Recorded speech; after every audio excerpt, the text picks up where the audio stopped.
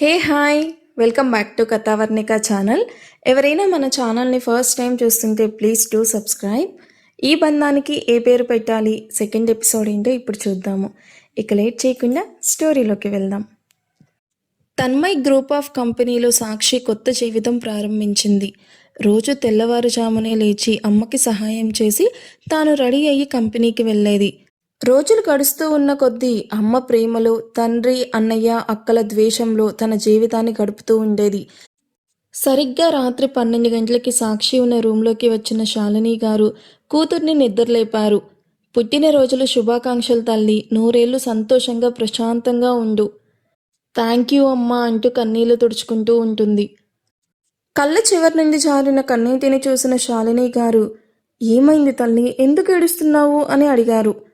ఇదిగో ఫస్ట్ ఈ cake cut చేయి అంటూ ఆమె స్వయంగా తయారు చేసిన చిన్న హనీ కేక్ను సాక్షి ముందు పెట్టారు. హనీ కేక్ సాక్షికి చాలా ఇష్టం.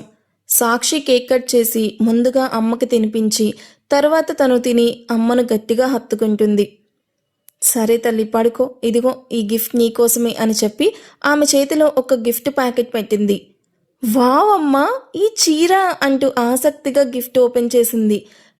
లోపల చిన్న గోల్డ్ కలర్ బోర్డర్తో ఉన్న అందమైన రెడ్ కలర్ సారీ కనిపించగానే ఆమె కళ్ళల్లో ఆనందం మెరిసింది. అమ్మ నా కోసమే కొన్నావా అని ఆశ్చర్యంగా అడిగింది. నా దగ్గర కొంచెం డబ్బుంది తల్లి, నీకు కాక ఇంకెవరికి గిఫ్ట్ ఇస్తాను, వద్దు అనుకుంటే తీసుకో. లవ్ యూ అమ్మా. సరే ఇక పడుకో అని చెప్పి శాలిని అక్కడి నుండి వెళ్ళిపోతుంది. ఆ రోజు ఆమె పుట్టినరోజు, ఆమె జీవితానికి మలుపు తిప్పబోయే రోజు. అమ్మా బాయ్, ఆఫీస్కి టైం అవుతుంది అంటూ అమ్మ గిఫ్ట్గా ఇచ్చిన చీర కట్టుకొని జుట్టును ఫ్రీగా వదిలేసి ఎలాంటి అలంకరణ లేకుండా కళ్ళకి కాజల్, నుదుటిపైన ఎర్రటి బొట్టు పెట్టుకుని రెడీ అయ్యింది. అబ్బా, నా కూతురు రాజకుమారిలాగా ఎంత అందంగా ఉందో, ఎలాంటి మేకప్ లేకుండానే నా కూతురు బంగారు బొమ్మలా ఉంది అని చెప్పి దిష్టి తీశారు శాలిని గారు. మరోసారి పుట్టినరోజు శుభాకాంక్షలు తల్లి, ఇదిగో కేసరి బాత్ చేశాను, దాంతోపాటు పులావ్ కూడా చేశాను, కొంచెం తిను అంటూ నోరు తెరువు అని చెప్పి ప్లేట్లో ఉన్న పులావ్ను ఆమెకు తినిపించారు. సరే అమ్మా బాయ్ అని చెప్పి అక్కడి నుండి సాక్షి వెళ్ళిపోతుంది. ఇదే సాక్షి జీవితం. ఆమెకి జన్మనిచ్చిన తండ్రి తన మొదటి భార్య పిల్లలను ఎంతో ప్రేమగా చూసుకుంటాడు. వాళ్ళ పుట్టినరోజులకి బంగారు గొలుసులు, ఉంగరాలు బహుమతిగా ఇచ్చి ₹1,00,000 ఖర్చు పెట్టి ఘనంగా వేడుకలు జరుపుతాడు. కానీ సాక్షి పుట్టినరోజు వచ్చిందనే విషయం కూడా అతనికి గుర్తుండదు. కనీసం హ్యాపీ బర్త్డే విష్ కూడా చెప్పడు. అలా ఎందుకు ప్రవర్తిస్తాడో ఆ మనిషికి కూడా తెలియదేమో. సాక్షిని చూస్తేనే అతని మనసులో ఒక తెలియని అసహ్యం కలుగుతుంది. మరోవైపు కొంతవరకు ధనవంతుడైన రఘుకి భిన్నంగా ఆడంబరాలకి దూరంగా ఉండే శాలినికి మాత్రం సాక్షి అంటే ప్రాణం. సాక్షి సంతోషమే తన సంతోషం, సాక్షి కన్నీళ్లే తన బాధ. శాలిని పేరుకే భార్య, ఇంటి పనులు చేసే ఒక స్త్రీ మాత్రమే. సౌమ్య స్వభావం ఉన్న శాలిని ఎదురు మాట కూడా మాట్లాడదు. అయినా కాలం ఎప్పుడూ ఒకేలా ఉండదు, మారుతుంది. సాక్షి తన్మయ్ గ్రూప్ ఆఫ్ కంపెనీలో ఒక టీంలో ఎంప్లాయీ. అలాంటి టీంలో ఒక బ్రాంచ్లో 20 ఉంటాయి. బెంగళూరులో 3 బ్రాంచులు ఉన్నాయి. తారక్ రోజు ఈ 3 బ్రాంచుల్లో ఎప్పుడైనా ఉంటాడు. సాక్షి ఉన్నది మెయిన్ బ్రాంచ్లో. తారక్ కూడా ఎక్కువ అక్కడే ఉంటూ ఉంటాడు. తన క్యాబిన్ నుండి బయటకు వచ్చిన తారక్ ఎప్పుడు తన పర్సనల్ లిఫ్ట్లోనే వచ్చి వెళ్ళేవాడు. సాక్షి ఆ ఆఫీస్లో జాయిన్ అయ్యి 3 to 4 months అవుతుంది. ఆ సమయంలో మంగళూరు బ్రాంచ్లో ఏదో ప్రాబ్లం ఉందని అక్కడికి వెళ్ళాడు తారక్.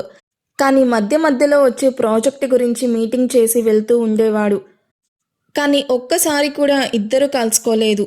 సాక్షి తారక్ని ఫోటోలో మాత్రమే చూసింది, డైరెక్ట్గా మాత్రం ఎప్పుడూ చూడలేదు. ఆఫీస్లోకి అడుగు పెట్టగానే అతని హుందాతనం, గంభీరత ప్రతిపాదించే పెద్ద ఫోటో అందరి దృష్టిని ఆకర్షిస్తుంది. అంతేకాదు ప్రతి ఫ్లోర్లో కూడా అతని ఫ్యామిలీ ఫోటో ఉంటుంది. అది తన చెల్లెలు తన్మయ్ కోరిక. తన అన్నయ్యకు చెందిన ప్రతి కంపెనీలో తమ ఫ్యామిలీ ఫోటో తప్పనిసరిగా ఉండాలని ఆమె పట్టుదల. అలా ఉంటే తను కూడా ఎప్పుడు అన్నయ్యతోనే ఉంటాననే భావన ఆమెకు కలిగేది. అది ఆమెకున్న ఆడంబర స్వభావం. తమ సంపదను, హోదాను అందరికీ చూపించాలని తపనపడే గుణం. మేము ధనవంతులం అనే అహంకారం ఆమెలో ఎప్పుడూ పొంగి పొర్లుతూ ఉండేది. చెల్లెలు నిర్ణయానికి తారక్కి ఎప్పుడూ నో అనేవాడు కాదు. ఇదే విధి వైచరిత్యం. ఆ ముద్దుల చెల్లెలే అతని జీవితానికి అతిపెద్ద విలన్ అవుతుందని అతనికి అస్సలు తెలియదు. ఇప్పుడు కథలోకి వస్తే, సాక్షి ఎక్కడున్నావు నువ్వు? ఇప్పటికే 9:55 అయ్యింది. 10 o'clockకి మనకి ప్రాజెక్ట్ ఉంది. తారక్ సార్ వస్తున్నారు. ఎప్పుడూ లేట్ చెయ్యని నువ్వు ఈరోజు ఎందుకు లేట్ అవుతున్నావు? త్వరగా రా అని టీం మెంబర్ జీవా ఫోన్లో మాట్లాడింది. వస్తున్నాను జీవా, లిఫ్ట్లోనే ఉన్నాను. సరే సరే త్వరగా రా, మీటింగ్ 6th ఫ్లోర్లో జరుగుతుంది. ఓకే అని చెప్పి ఫోన్ కట్ చేస్తుంది సాక్షి. సరిగ్గా 10 అవుతూ ఉండగా తారక్ మీటింగ్ హాల్ వైపు వెళ్ళాడు. కానీ ఎదురుగా వచ్చిన ఒక అమ్మాయి అతనికి డాష్ ఇచ్చింది. యూ ఈడియట్, నీకు కళ్ళున్నాయా లేదా? సో సారీ సార్, అది గెట్ అవుట్ అని చెప్పి మీటింగ్కి టైం అవుతూ ఉండడంతో లోపలికి వెళ్ళిపోయాడు. ఆఫీస్ బాయ్కి డోర్ క్లోజ్ చేయమని చెప్పాడు. అన్నయ్య మీటింగ్ ఉంది, డోర్ ఓపెన్ చేయండి ప్లీజ్. లేదమ్మా, సార్ చాలా స్ట్రిక్ట్. మీటింగ్కి సరిగ్గా సమయానికి రావాలి, ఉండాలి, లేకపోతే ఎంట్రీ లేదు. సాక్షి ముఖం చిన్నబుచ్చుకొని 5th ఫ్లోర్లో ఉన్న తన డెస్క్ దగ్గరికి వెళ్ళి కూర్చుంది. బ్రౌన్ కలర్ బ్లేజర్కి బ్లాక్ కలర్ షర్టు ప్యాంటు వేసుకొని రఫ్ అండ్ టఫ్గా ఎప్పటిలాగే హ్యాండ్సమ్గా కనిపిస్తున్నాడు తారక్. తారక్ మీటింగ్ స్టార్ట్ చేశాడు. టీం మెంబర్స్ కూడా తమ ప్రజెంటేషన్ ఇచ్చారు. అతను ఓకే చేసి అన్ని ప్రాజెక్ట్ కంప్లీట్ డీటెయిల్స్ తీసుకొని ఇంకో కొత్త ప్రాజెక్ట్ ఇచ్చాడు. అలాగే టీం మెంబర్స్ను అప్రిషియేట్ చేసి గ్రూప్లో మిస్ అయిన ఒక ఎంప్లాయీ గురించి అడిగాడు. సార్, ఆమె రావడానికి కొంచెం లేట్ అయింది. వాట్? టైం సెన్స్ లేదా? మధ్యాహ్నం ఆమెని నా క్యాబిన్కి పంపించండి అని చెప్పి కోపంగా అక్కడి నుండి వెళ్ళిపోతాడు. ఇక సాక్షి ఉన్న 5th ఫ్లోర్ మొత్తం 5 టీమ్స్ ఉన్నాయి. అక్కడ పరిచయం ఉన్న కొంతమంది తారక్ టైం సెన్స్ గురించి పెద్ద లెక్చరే ఇస్తారు. కోపం వస్తే అతను మనిషే కాదు, నిన్ను ఖచ్చితంగా పిలుస్తాడు, అప్పుడు జాగ్రత్త. ఏం చెప్పినా ఒక చెవితో విని ఇంకొక చెవితో వదిలేసేయని చెప్పారు. మీటింగ్ ముగించుకొని వచ్చిన టీం మెంబర్స్ అందరూ సాక్షికి బర్త్డే విషెస్ చెప్పారు. తర్వాత జీవా 1:45కి సార్ క్యాబిన్కి వెళ్ళమని చెప్పారు అని చెప్పింది. టీం మెంబర్స్ అందరూ 1 o'clockకి కేక్ తీసుకొచ్చి సాక్షితో కేక్ కట్ చేయించారు. ఇక క్యాబిన్లో సీసీటీవీలో ఏ ఫ్లోర్లో ఏం జరుగుతుందో లైవ్గా చూస్తూ కూర్చున్న తారక్కి క్యాంటీన్లో కనిపించిన ఒక అందమైన అమ్మాయిని చూసి అతని హార్ట్ బీట్ డ్యాన్స్ చేయడం మొదలుపెట్టింది. ఆ అమ్మాయి ముఖం కనిపించకపోయినా ఆమె పొడవాటి చుట్టూ అతన్ని ఆకర్షించింది. ఆ పొడవాటి మెడను ముద్దాడాలి అనిపించింది. వాట్ రబ్బిష్ మ్యాన్ అని తన ఆలోచనకే ఉలిక్కిపడి సీసీటీవీ ఫుటేజ్ ఆఫ్ చేసి ఫైల్ చేతిలో పట్టుకొని కూర్చున్నాడు. చూడు సాక్షి, ఏం కాదు, ఏం టెన్షన్ పడకు. కొంచెం తిడతాడు, నువ్వు సైలెంట్గా విని వచ్చేసాయి, సరేనా? అని చెప్పి అతని క్యాబిన్ ముందు నిలబడి అతని పిఏకి చెప్పి లోపలికి వెళ్ళడానికి పర్మిషన్ అడిగింది. బెస్ట్ కపుల్ ఎలా ఉండాలి అంటే తారక్కి సాక్షి ఎలా ఒకే అమ్మాయి అయ్యిందో అలాగే ఉండాలి. May I come in sir? Yes. గతాన్ని పాతిపెట్టి ఈరోజు మళ్ళీ ఆమె అతని ఎదురుగా నిలిచిన క్షణం. సాక్షి బర్త్డే రోజున సాక్షి ఉన్న టీంకి ప్రాజెక్ట్ మీటింగ్ ఉంటుంది. కానీ ఒక విషయం ఆలస్యం. సాక్షి బర్త్డే రోజున సాక్షి ఉన్న టీంకి ప్రాజెక్ట్ మీటింగ్ ఉంటుంది. కానీ ఒక్క నిమిషం ఆలస్యమైన కారణంగా ఆమె ఆ మీటింగ్కి అటెండ్ కాలేకపోయింది. టైం సెన్స్ గురించి పీహెచ్డీ చేసినట్టు మాట్లాడే తారక్ సాక్షిని తన క్యాబిన్కి పంపమని చెప్తాడు. May I come in sir? Yes. అతని గొంతు నిండా అహంకారమే నిండిపోయి కనిపిస్తుంది. లోపలికి వెళ్ళి అతని ఎదురుగా నిలబడింది.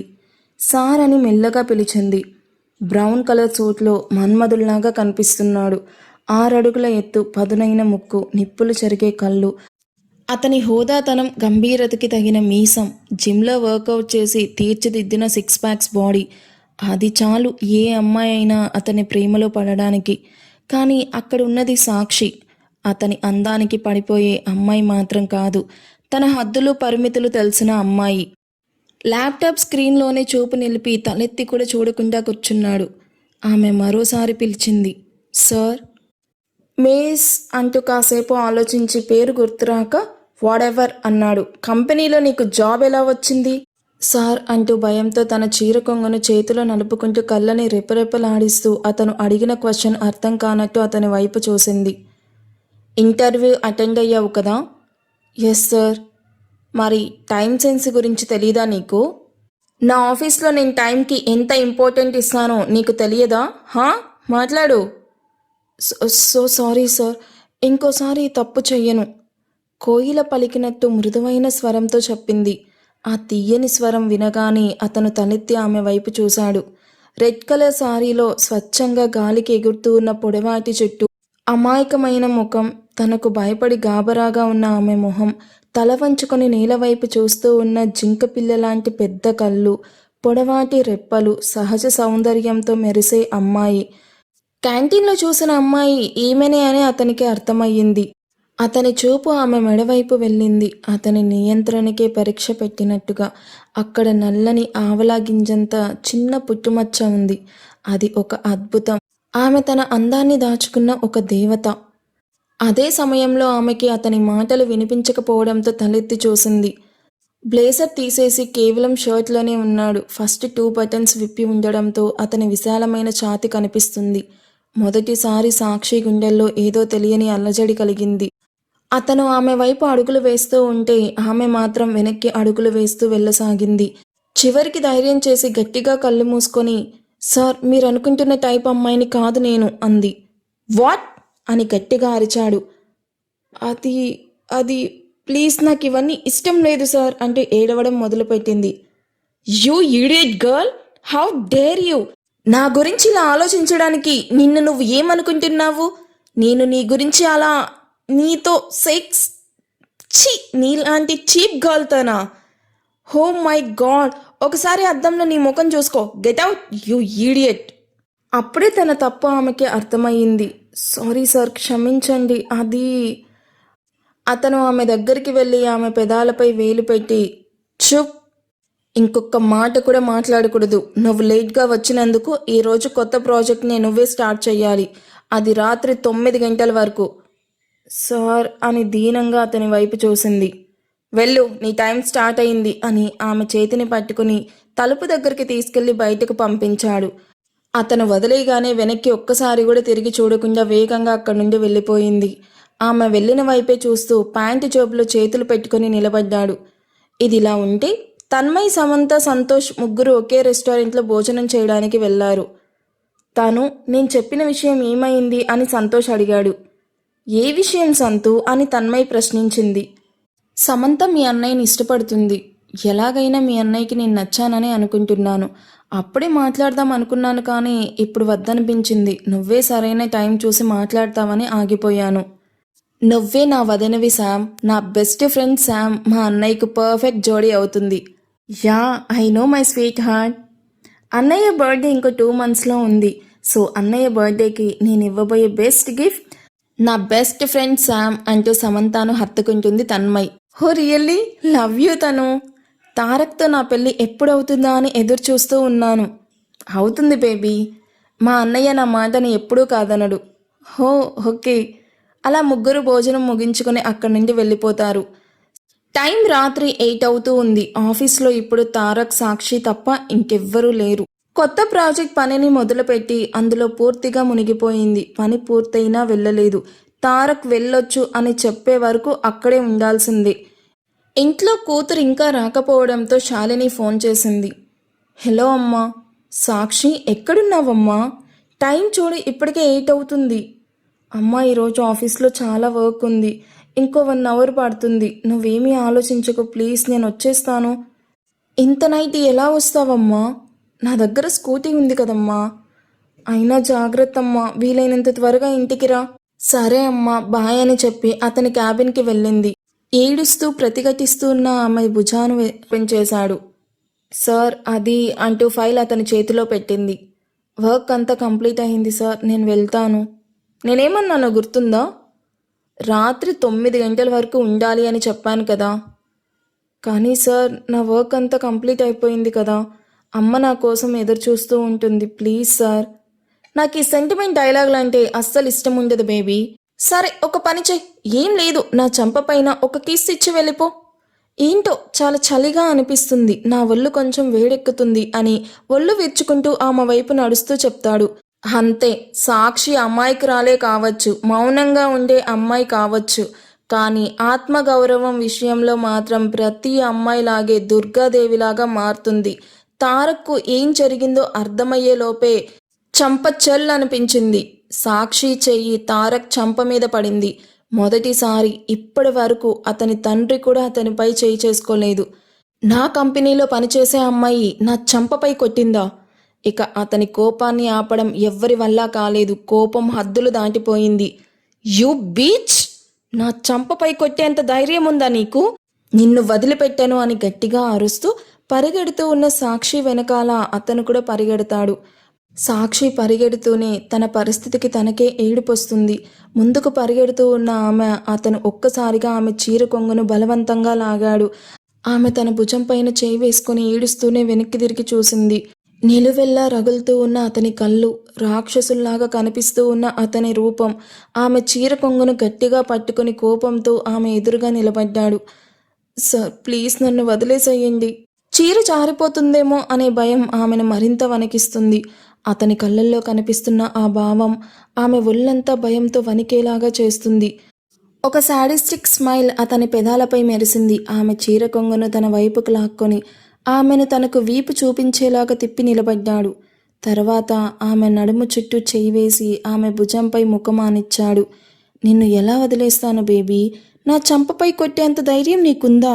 ఆ ధైర్యమంతా నేను చూడాలిప్పుడు, అది కూడా బెడ్రూమ్లో అని ఆమె చెవిలో ఏదో చెప్పి ఏడుస్తూ ప్రతిఘటిస్తున్న ఆమెను భుజాన వేసుకొని తన క్యాబిన్లో ఉన్న గదిలోకి తీసుకెళ్లాడు. మీ అందరికీ ఈ న్యూస్ స్టోరీ నచ్చిందని అనుకుంటున్నాను. ఈ స్టోరీ మీకు నచ్చితే ప్లీజ్ లైక్ చేసి హైప్ ఇవ్వడం అస్సలు మర్చిపోకండి. ప్లీజ్ అందరూ కామెంట్ చేయడానికి ట్రై చేయండి. అప్పుడే నాకు అర్థమవుతుంది స్టోరీ మీకు నచ్చుతుందా లేదా అని.